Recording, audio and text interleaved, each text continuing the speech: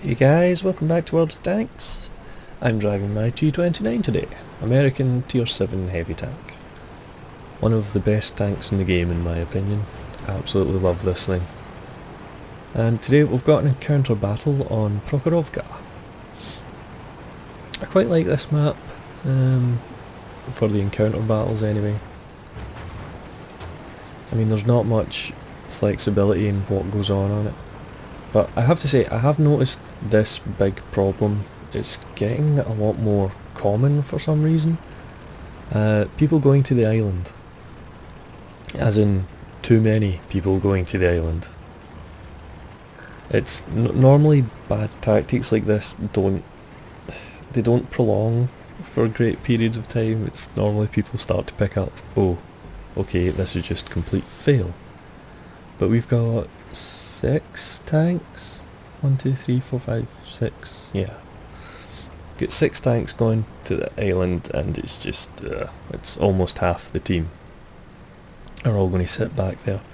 Don't get me wrong, you can do some good from there, but basically you're only going to do good if you get the enemy team coming down off the hill. Got a little AMX-12T there that's came by and scouted all of us, so see if we can get him. Took a shot there in case he was going to come out from behind that building. And we took a hit from something because we sat still. Now I have to say, fortunately, the 2 Tigers are coming up from the hill. They're not going to the island rather. They're not going to stay there, as is the T-34-85.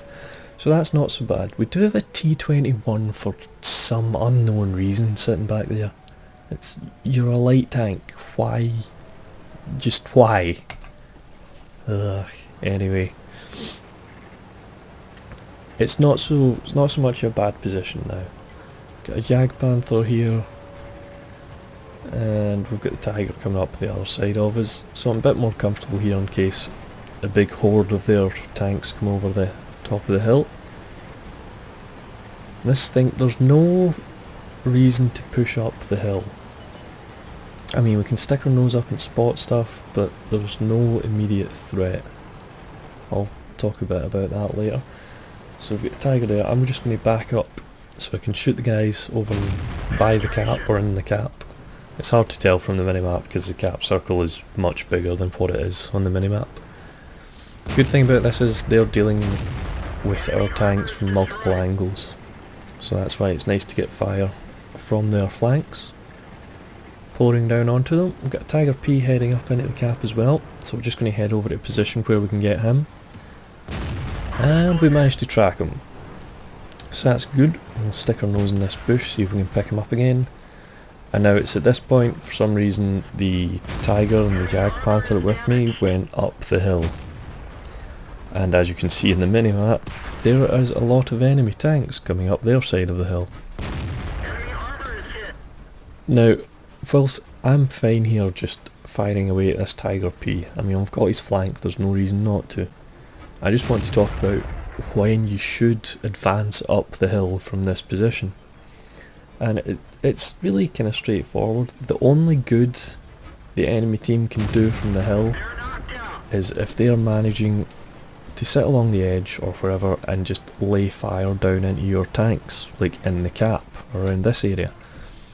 Thing is, we didn't have any tanks in the cap or around that area, so the Jag Panther and the Tiger that went up the hill in our team, they had no reason to. They weren't stopping anything, they weren't preventing any damage to the rest of our team. You're better just sitting here and letting them come to you, like that. So the Tiger comes up, we can put a shot in him, and now he's lit for the guys behind me on the island, which thankfully there's only 2 of now. Like I say, I know I was saying the island's bad tactics. It is when lots of tanks go there. 1, 2 is fine, I'd say 3 maximum. But what we can do here is, instead of advancing up the hill to deal with this, we can just sit here, let them come to us. That was a bad shot by me. I really should have went for the Churchill's tracks, which is what I'm going to do now, just to play it safe. There we go, we can track him. I know it said bounced off, but it's been doing that recently. Don't know if anyone else has noticed that. It says bounce or ricochet and you still manage to track the guys. Anyway, so we spot a Yag Panther. We'll unfortunately bounce off him, but he bounces off us as well. And we've got our artillery getting stuck into him. M6 manages to take him out. Tiger will finish him off. And now's when we can advance. Box tank, SU-100Y. Rather dangerous. We'll see what we can do. Oh, there we go. Get a shot on him. And because we managed to light him up for the rest of the team, he's gone. Or someone managed to light him up anyway. Got the artillery at the distance. We just pulled the trigger as he died, so we didn't get that one. And here we go, here's Tiger, who's completely ignoring us. Now I have to say, I think he just got a little bit of tunnel vision, because he was dealing with our guys at the south. And you know, he did have 3 of his friendly tanks in front of him, so probably wasn't worrying about the hill too much. But we took them out quite swiftly, and we can just march across and deal with him. So yeah, there we go. Fairly straightforward game. And just got to say, for this map, stop all flooding onto the island. I thought people would have learned by now. So on to the stats, and as you can see we managed to pick up a patrol duty medal and a sniper medal for that one. Not too shabby. And we luckily got that on our first win of the day. So that doubled it up to 2,902 experience. Very nice indeed.